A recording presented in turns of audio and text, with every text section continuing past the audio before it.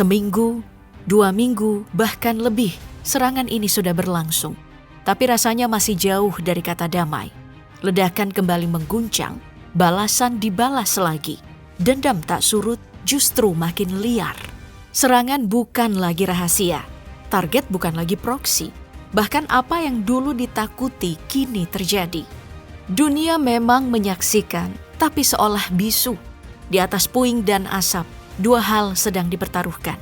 Harga diri dan batas kesabaran. Pertanyaannya sekarang, sampai di mana ini akan berhenti? Atau memang tak ada niat untuk berhenti sama sekali? Kita akan kupas semuanya. Dan percayalah, ini lebih dari sekadar perang. Sebenarnya tak ada yang benar-benar baru di konflik ini, hanya luka lama yang terus dibuka lagi. Sejak puluhan tahun silam, dendam tumbuh di antara 2 negara ini.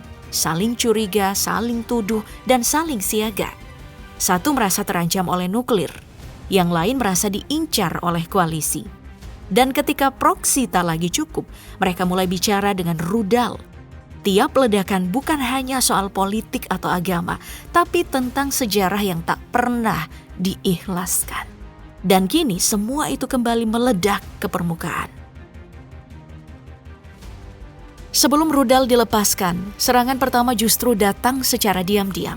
Bukan dari langit, tapi dari dalam.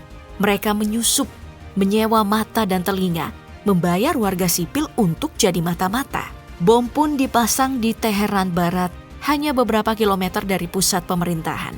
Untungnya, polisi Iran menjenakkannya tepat waktu. Tapi pesan ini sudah jelas. Kami bisa masuk kapan saja.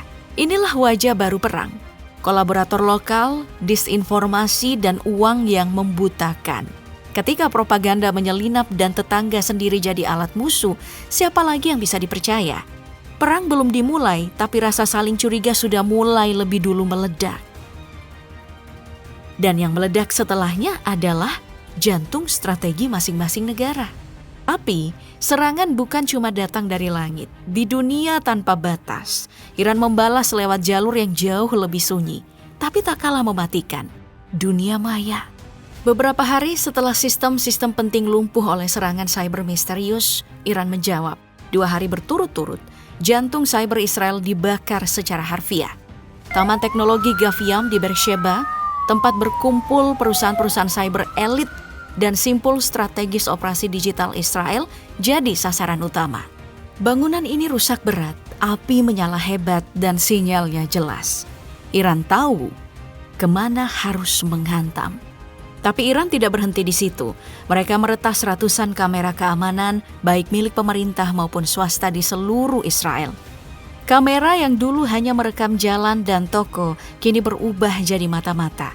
Iran menggunakannya untuk memantau efek serangan rudal, mengamati pergerakan pasukan, bahkan mengintai lokasi-lokasi sensitif yang tak terpantau satelit. Di saat dunia cyber kacau, dunia nyata ikut berguncang. Rudal telah diluncurkan dari Iran, membidik infrastruktur militer dan pangkalan cadangan. Dan dari arah selatan, kelompok Houthi di Yaman ikut menembakkan drone ke target-target Israel.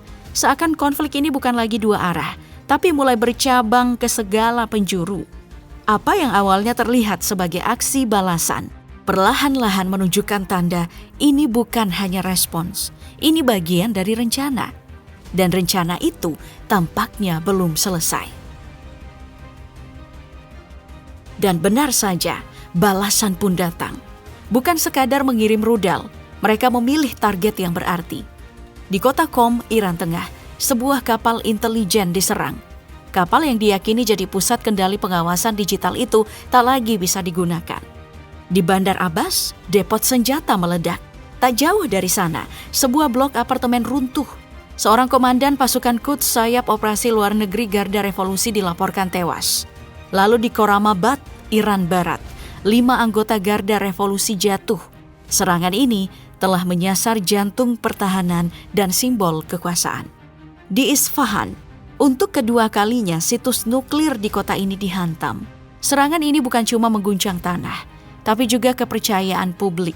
Ketika situs nuklir mulai diserang, dunia tahu ini bukan lagi permainan.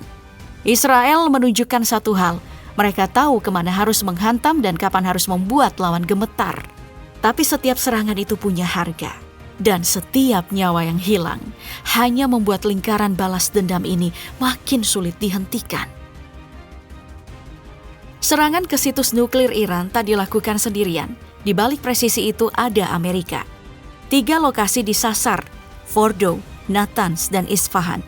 5 hingga 6 bom penghancur bunker dari B2 Spirit menghantam Fordow yang terkubur jauh di bawah tanah. Sementara Natanz dan Isfahan diserbu 30 rudal Tomahawk dari kapal selam Amerika Serikat. Ini bukan lagi dukungan pasif. Amerika kini muncul dalam bentuk nyata dan mematikan. Pertanyaannya, sampai di mana keterlibatan ini akan berhenti? Atau memang tak pernah ada niat untuk berhenti sejenak? Tak butuh waktu lama, hanya 1 jam setelah situs-situs nuklirnya dihantam, Iran pun membalas. Lebih dari 40 rudal ditembakkan ke wilayah utara dan tengah Israel. Ledakan menghantam kota-kota besar.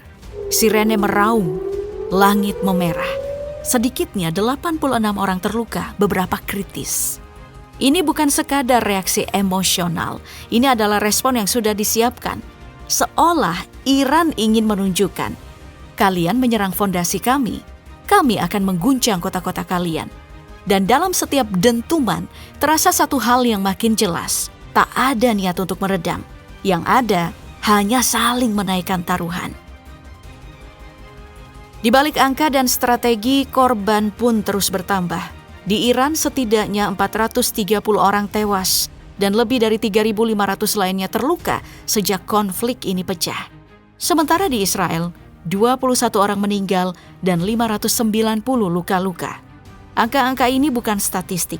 Mereka punya nama, punya rumah, dan cerita yang terputus di tengah ledakan. Dampaknya juga tak main-main. Israel menghantam fasilitas nuklir dan militer, depot gas, kilang minyak, hingga kantor penyiaran pemerintah Iran. Sementara Iran membalas dengan merusak titik-titik vital di Israel. Pelabuhan Haifa, kompleks militer, dan infrastruktur cyber yang selama ini jadi andalan. Ratusan warga Israel ketakutan menyeberang ke Siprus. Bukan cuma bangunan yang runtuh, tapi juga rasa aman. Inilah harga nyata dari konflik terbuka. Kehancuran yang tak lagi mengenal batas dan luka yang belum tahu kapan akan berhenti berdarah. Tekanan terus menghimpit.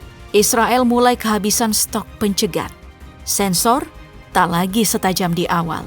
Rudal Iran menembus lebih dalam. Dalam kondisi terdesak, Israel kembali merapat ke Amerika bukan sebagai sekutu tapi sebagai tameng. Tapi, langkah ini justru memicu gelombang reaksi dari seluruh penjuru dunia. Rusia yang punya kepentingan langsung dengan proyek nuklir Iran tak akan tinggal diam. Setelah pertemuan menlu Iran dengan Putin, banyak yang yakin Rusia sedang menyiapkan respon dan bukan yang ringan. Sementara di Laut Merah, juru bicara militer Houthi Yahya Syari memperingatkan, kapal ataupun kapal perang Amerika akan jadi target jika terus ikut campur. Cina mengutuk keterlibatan militer Amerika. Mereka menyerukan gencatan senjata dan mendorong perundingan sebagai jalan keluar. Di sisi lain, dunia Muslim bergerak. Oki akan menggelar sidang khusus di Turki atas permintaan Iran. Presiden Erdogan bahkan menyebut Netanyahu lebih buruk daripada Hitler. Sebuah pernyataan yang mengguncang diplomasi internasional.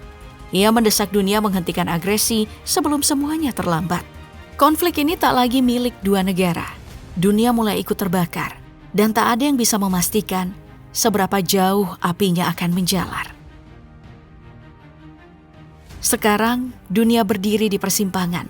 Jika satu langkah saja meleset, konflik ini bisa berubah menjadi perang besar yang melibatkan kekuatan dunia. Eskalasi masih sangat mungkin. Jika Amerika terus terlibat aktif dan Rusia merasa proyek nuklirnya terancam, konfrontasi langsung bisa terjadi. Laut Merah, Suriah, bahkan Lebanon bisa jadi front baru. Iran punya sekutu di banyak tempat, dan Israel akan semakin bergantung pada Barat. Tapi di sisi lain, peluang deeskalasi belum sepenuhnya tertutup. China dan Turki menyerukan diplomasi. Sidang Oki mungkin menjadi pintu kecil menuju gencatan senjata, setidaknya sementara. Semua tergantung Siapa yang bersedia mundur selangkah tanpa dianggap kalah? Dan dalam konflik yang dibangun dari ego dan dendam, itulah yang paling sulit dilakukan. Pertanyaannya, siapa yang akan menahan diri lebih dulu sebelum semuanya terlalu terlambat?